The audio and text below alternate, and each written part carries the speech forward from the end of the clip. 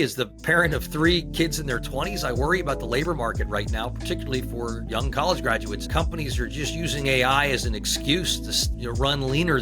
Hi, I'm Ed D'Agostino, and this week we take a look at the winners and losers of the government's shutdown.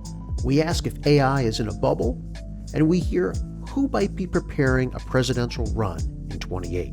My friend Bruce Mehlman joins us today. He's always a top-rated speaker at our annual conference, and he's been a longtime friend of ours at Malden Economics. Bruce leads a bipartisan lobbying firm in Washington, D.C., and he writes a free Substack called 6 Chart Sunday. It's one of my absolute favorites. Thanks for joining us this week here at Global Macro Update.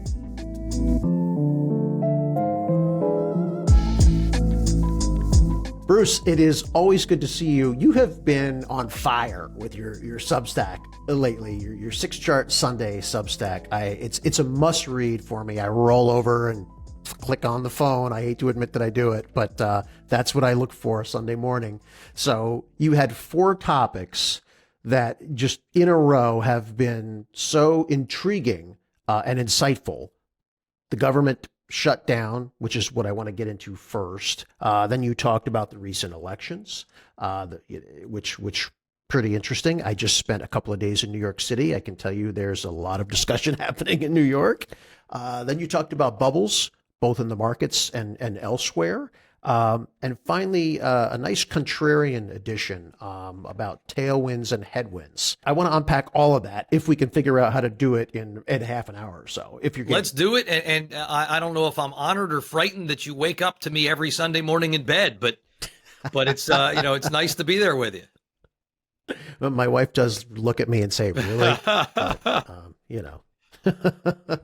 So the shutdown. Let's get into it. Why did this even happen? I think that's the biggest question. After meeting with a whole bunch of people in New York, that was what they were asking me, and I said, "Oh, I don't know. I have to ask Mehlman." There are a lot of ways to answer why the shutdown happened. The most honest probably is because Washington politics are broken, because a system that was designed by the founders to require and reward compromise is not good at requiring and rewarding compromise, because these days it's safer and smarter to be performative than it is to be substantive and moderate. That is an indictment both of Democrats and of Republicans. Now, more proximate to the most recent shutdown, a couple of things were happening. First, it was the government needs to be refunded and funded again, and for reasons that don't make a lot of sense to me. The fiscal year ends in September 30th, even though the budget from the president typically doesn't go forward until February, March, or April. They ought to end it at the end of the year. They don't. So almost every year we run into this crunch. Congress waits to the last possible minute to do everything because they don't want to do anything that's unpopular. Here, Democrats were and are unhappy, very unhappy with the Trump administration. They find the administration way too aggressive, too authoritarian. They'd say they cut a spending agreement with Republicans. They shook hands, they signed a law, and then Trump comes in and he says, I'm not going to spend some of the stuff you guys agreed, Republicans and Democrats, that you were going to spend. I'm going to impound that money, which a law in 1974 says you can't do. Or he asked the Republicans to agree to rescind some of the money, which you are allowed to do, and the Republican Congress did rescind. So Democrats in Congress feel like we're not going to just agree to another deal that you guys can blow up on your own. Concurrent with that, you had 2 other factors. There is the end of the year, the subsidies that were initially temporary COVID subsidies to help people pay their health care under the Affordable Care Act. Those temporary subsidies in the Biden first year, the legislation they passed in 2021 that was pretty inflationary, increased the subsidies, took away the income caps, and re-extended them until end of this year. The Democrats correctly point out that if we don't extend these temporary COVID subsidies, people are going to have to pay a lot more for health care. That's going to cause a lot of people, especially healthy younger people, to drop out of health care. That'll make everybody's insurance go up. Democrats have always cared about health care. They care about the President Obama's signature legislation. So they say we don't want to wait and solve that problem later. We want to solve it now. The last is the political observation that the Democrats feel like they keep getting beat up and kicked by President Trump. They want to see their leaders fight. Chuck Schumer, back in either March or April, agreed to continue funding the government without picking a fight, and he got excoriated by his base. So this time he wanted to demonstrate, the leaders in the House wanted to demonstrate, we're with you, base, we want to fight. And they were, if you think about it, they shut down the government for the month heading into the 2025 off-year elections.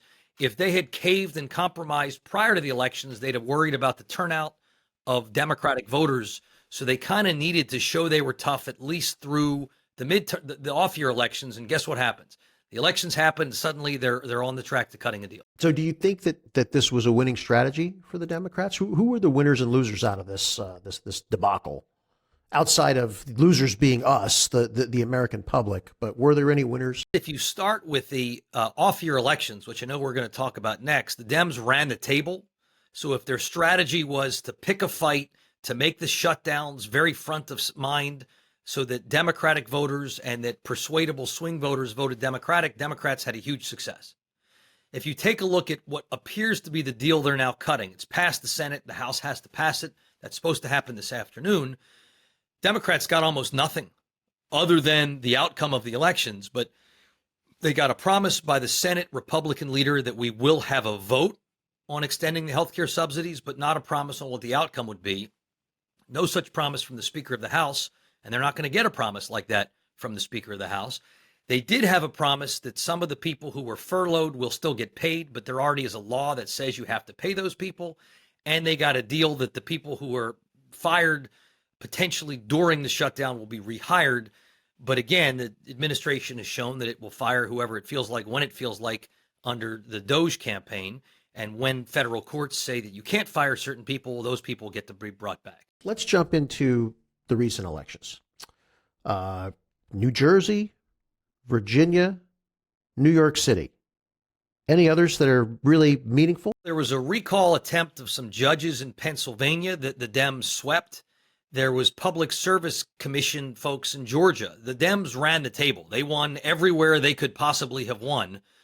It was a resounding victory for Team Blue in November of 2025, and electorally, those guys have been hurting for 12 months. So they were due, and they were happy to get a win. Was it a surprise to you, though? I mean, did you sort of expect it? Sort of counter party, whoever's in power, whoever's not in power gets voted back into power a little bit? Very much so. If you look at the last 13 federal elections, every federal election this century, so that'd be the even number years, 11 of the 13 have seen a change in the party controlling the House, the Senate, and or the White House. People are unhappy with the status quo. They're voting for change. They vote against the party that's in the White House. You take a look at the president's current approval ratings, 40% or lower.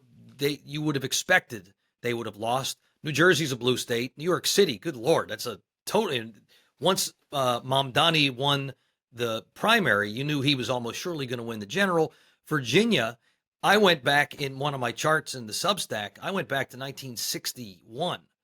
The party that holds the White House loses. The party that wins in Washington the next year loses in Richmond.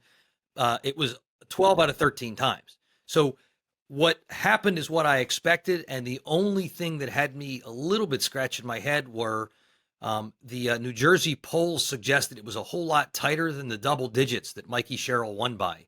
So I thought that one was going to be tight because the Republican candidate, according to the polls, ran a better campaign, but she kicked his ass. Do you think Mamdani would have won in New York City if he wasn't running against the lamest candidate that the Democrats, the conventional side of the party, could have put up? It's a little bit like the conversations people had about Trump. In 2016, when you get a little bit of distance, the idea that he beat Hillary Clinton, who was the personification of the establishment in an era of populism, who had all of Bill Clinton's baggage and less of his charm.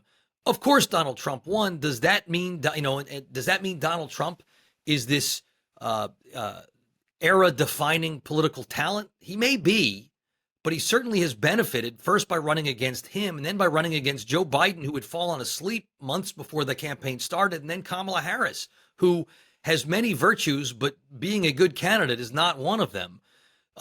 Mamdani is clearly a charismatic guy. He is a digital native. He understands how to connect with folks. He ran an energetic campaign. But Andrew Cuomo, are you kidding me? The guy had resigned in disgrace at what sure looked like a scandal. You had Adams, who was totally unpopular, and then the Republican.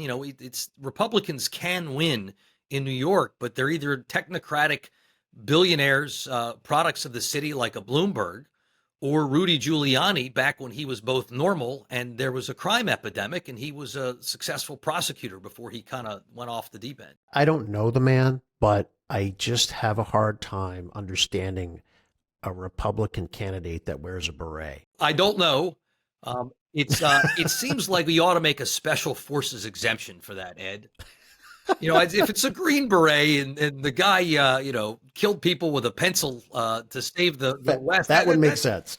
I'll vote for that guy. I just came from a small gathering of investors in New York City for a couple of days. And, there's a lot of concern about the Mamdani election, a lot of concern about what it means.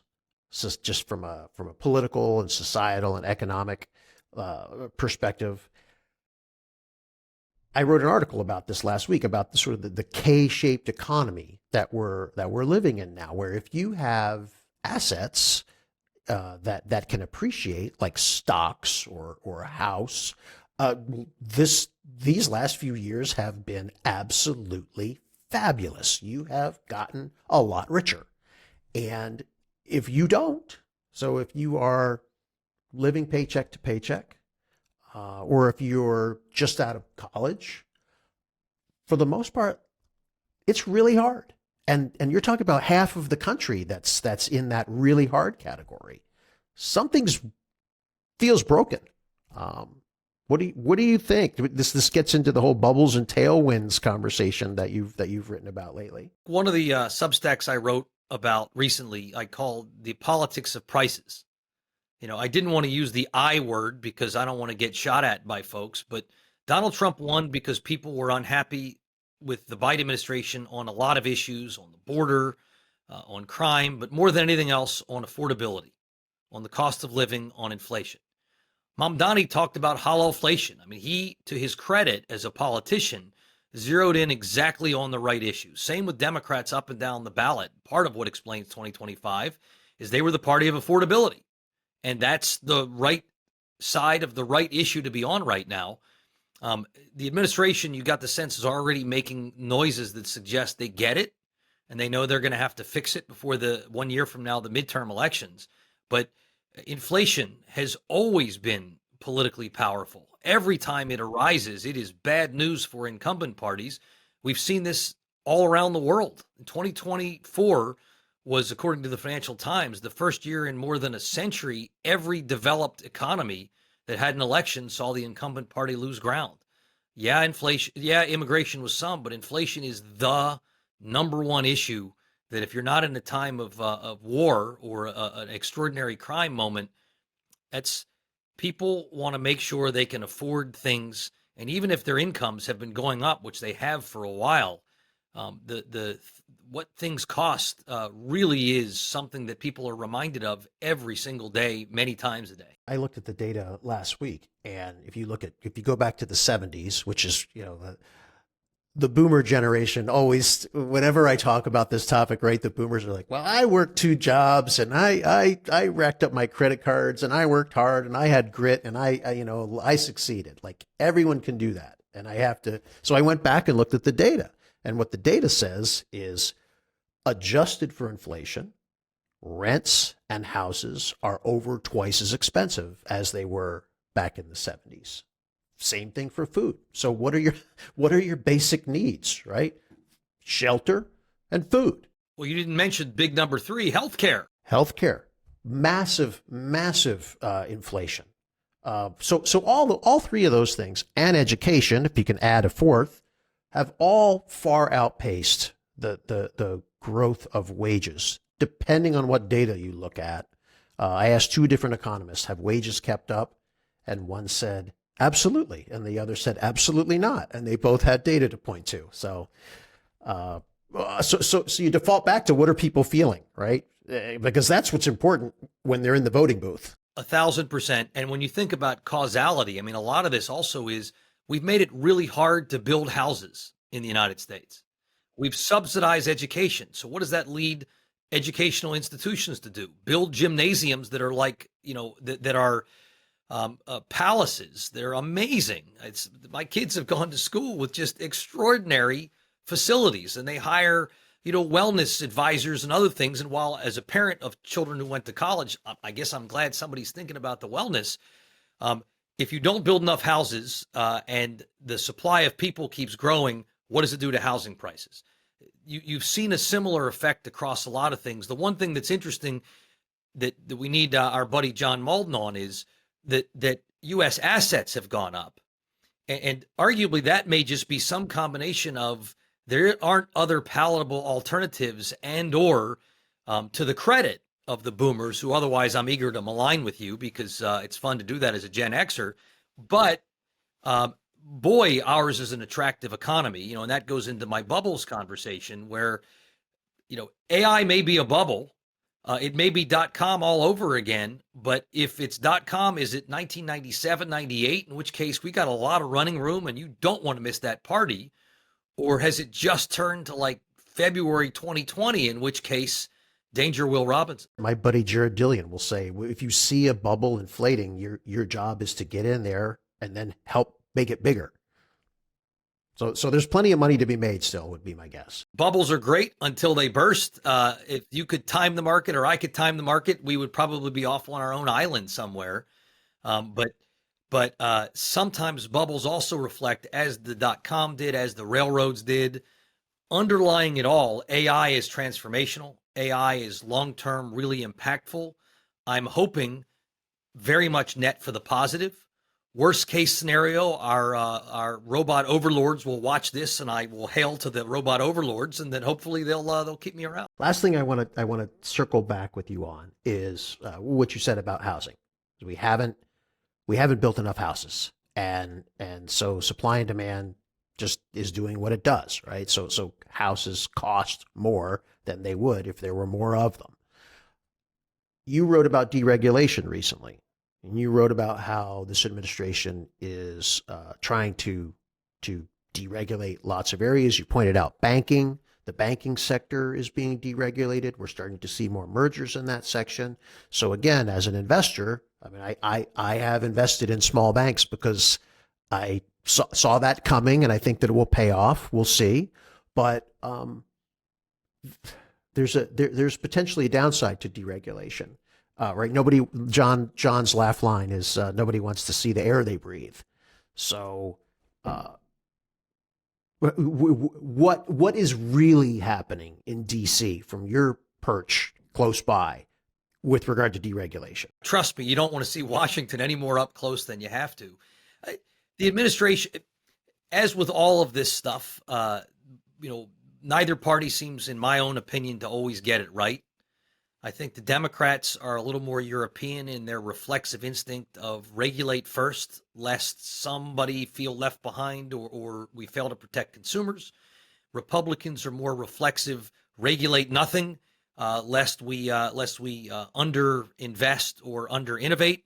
If you regulate nothing, you end up with often bubbles and crashes. And if you regulate everything, you don't get a lot of dynamism.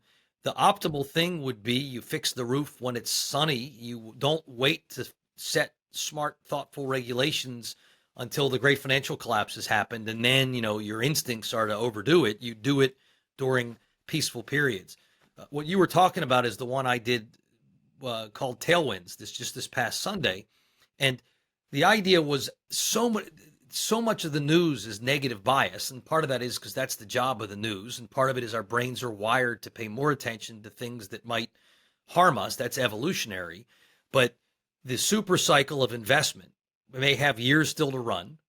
The trade deals that the administration is negotiating, tariffs are generally a drag on economy, but they're getting commitments of trillions of dollars to invest in the United States. If they actually get some of those dollars deployed, FDI could double. That would be a hell of a tailwind. So we may still be in a super cycle for investment. The 4 Biden years were much more regulatory in areas like financial services. We may see a break is that good news for crypto? I don't know. Crypto feels great, except crypto is sort of like QQQ squared or you're cubed. Right, a triple levered Right, ETF. but there are a lot of hopeful signs there. I take a look at a lot of the news that seems to be ignored because consumer confidence is so negative. Look at earnings, corporate earnings. Corporate earnings are holding up great. Is that a reason the economy is going to collapse? I saw on Bloomberg just today the frequency in earnings calls of senior management talking about the perception that a recession's coming. They're not saying. And I definitely worry, as the parent of 3 kids in their 20s, I worry about the labor market right now, particularly for young college graduates in their 20s.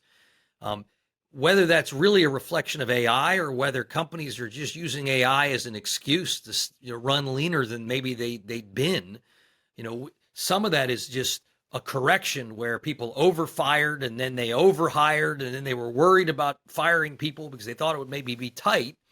And it seems like there is a little bit where companies are leveraging an opportunity to run a little bit leaner to keep their margins up right now. Now, long term, that ought to be bad for spending and all.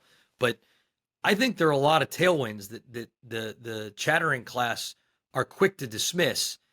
I'm not an economist, as you know. I'm a history major, and it shows in my political analyses. So maybe the economy is crashing while you and I are chatting here, but I wouldn't be shocked if 6 months from now we're all still talking about the crash that's coming, as we've Nvidia added another trillion. I asked a few people over the last couple of days, including the head of macro analysis for one of the largest consultancies in the country, a gentleman who ran the entire dev team for a major tech company, and a couple of others, more in the industrial space. Is AI starting to eat entry-level jobs? And they all sort of said, well, maybe a little bit on the margins, but what really is happening with layoffs, at least, is the bulk of the layoffs are companies that were holding on to employees for fear that they wouldn't be able to replace them in the future, and finally getting to that point where they realize, you know what, we just don't need all these folks. And there's an opportunity to tighten the culture up and make the culture a little bit more work oriented. And so we're gonna shed some heads to drive profitability across the board independently. That's what they all said. I find that really credible. It reminds me a little bit of what we saw with supply chains, where COVID, you hit the guardrail and then you kind of kept smashing back and forth on guardrails, and we got into a spin. Where then people were having too much inventory and trying to renormalize is hard. And we certainly saw folks fearful that if they fired people, they wouldn't be able to rehire them. And I think that fear has gone away now. So we're still trying to get to the new normal. So Bruce, can we wrap this up with maybe a little crystal ball session? I love it. The Bruce Mehlman crystal ball. Any predictions for the midterm elections? I know there are ways out, but any predictions there? We are a year away. But if you forced me to bet you, I would give you, I'd say it's 2 out of 3, the Democrats pick up the House of Representatives, and it's 4 out of 5, the Republicans hold the Senate. The president will raise more money than he's the most prolific political fundraiser in the history of the planet. So maybe he can raise enough for Republicans, but the party that holds the White House tends to lose seats. I've written about this. You look at the data, it just always happens. The only way to offset it is if your president's approval is over 60%. It's not going to be realistically the case. Maybe the economy will be roaring and inflation will be below 2%, but it's a safe bet. California having done we forgot to talk about that in the 2025, but California's ballot initiative offsets Texas redistricting gains for Republicans. So it's just, you have to presume Dems can gain the tiny amount that they need to gain, given that the current margin is the narrowest House margin since 1931. The Dems can't pick up the Senate unless you give them a combination of stagflation and Republicans shooting themselves in the foot, reloading and firing again, which God knows the Republican Party is capable of doing. John Cornyn can't lose re-election in Texas, But the current Attorney General, Paxton, who's challenging Cornyn in the primary, he could lose in a general election because he's seen as a lot more of a right-wing candidate. And so a lot of the middle who likes Senator Cornyn and is comfortable with him and have seen him as a leader will be on the fence if it's a Paxton. So there's a scenario, you give the Dems stagflation to work with, and it's maybe 50-50 in the Senate, and then it's a big one in the House. All right, now we're 3 years away, so I'm not going to ask you for the ticket or who's going to win, but who, at this point, who do you see lining things up to run for president on both sides? Boy, I'm not good in lightning rounding. So on the Republican side, it will either be a third Trump term, which would be J.D. Vance likeliest, Marco Rubio second likeliest. Every U.S. senator looks in the mirror when they wake up and sees the next president of the United States. So Senator Cruz would like to be president. Senator Hawley would like to be president. Senator Scott would like to be president. Senator Cotton. There are a lot of talented, thoughtful people who are senators. They would offer a Trump light. So they would say mostly like Trump, but with some adjustments. If the economy goes sideways, I'd say if there's a scandal, but this president has demonstrated literally nothing seems to be able to blow him up. And anything you or I could dream up, we've already seen. But if ultimately this president is a little bit more discredited, maybe they go to a Nikki Haley or Glenn Youngkin or somebody kind of outside of current Washington as an outsider candidate. The Democrats have to decide if they want to repeat 1972 or 1992.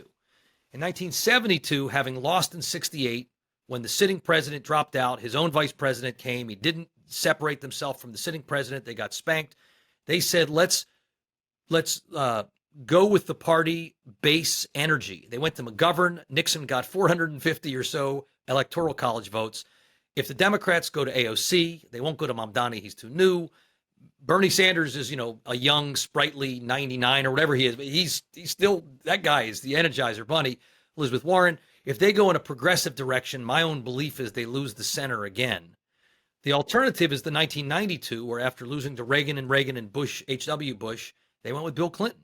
They went to play for the center. They've got a really deep, talented bench. They've got people like Andy Beshear and Josh Shapiro, the new and improved Gavin Newsom.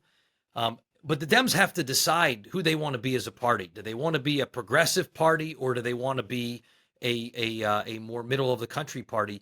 The Republicans at the moment have decided they are the Donald Trump party. There is no ideology. The challenge is when Trump leaves, there is nobody with his sort of populist charisma. So the next Republican likelier has to put some ideological scaffolding around what they stand for, and that might turn off Trump voters who just like the guy and like the fact that he is the personification of the middle finger to Washington. The next candidate's probably going to be somebody who tries to say what they believe as opposed to just kind of who they are. You're pretty darn good at lightning round. That was a lot of words. The folks at Axios called you out, your Substack out, as one of the best that there is. I couldn't agree more. How do people find your work, Bruce? Well, the beauty is also it's free. So, what I hate is people who drop off when it wasn't worth nothing. If you Google me, Bruce, Mehlman, Substack, I would note Substack's it's not like Instagram. You haven't signed up for something. It's just a platform that lets newsletter writers deliver their newsletter. You don't need to give them a credit card. You don't need to tell them your birthday or your firstborn. You just have to confirm that, in fact, you wanted to sign up for the thing. So Bruce Mehlman Substack, it'll give it right to you. It'll ask if you want to subscribe. You say you do. You'll get an email that says, yeah, I meant to do that. And you're off to the races. I don't ask for money. I like doing this because I find the exercise forces me to think more. And ultimately, I think the advice that my bipartisan firm gives to our clients is better if we think before we give it. Bruce, always a pleasure chatting with you. Thank you so much for your time, sir. I appreciate it, Ed. Great to see you. Thanks for joining us this week. If you're interested in Bruce's Substack, which I highly recommend, there's a link to it in the description below. Be sure to subscribe, and we'll see you next week.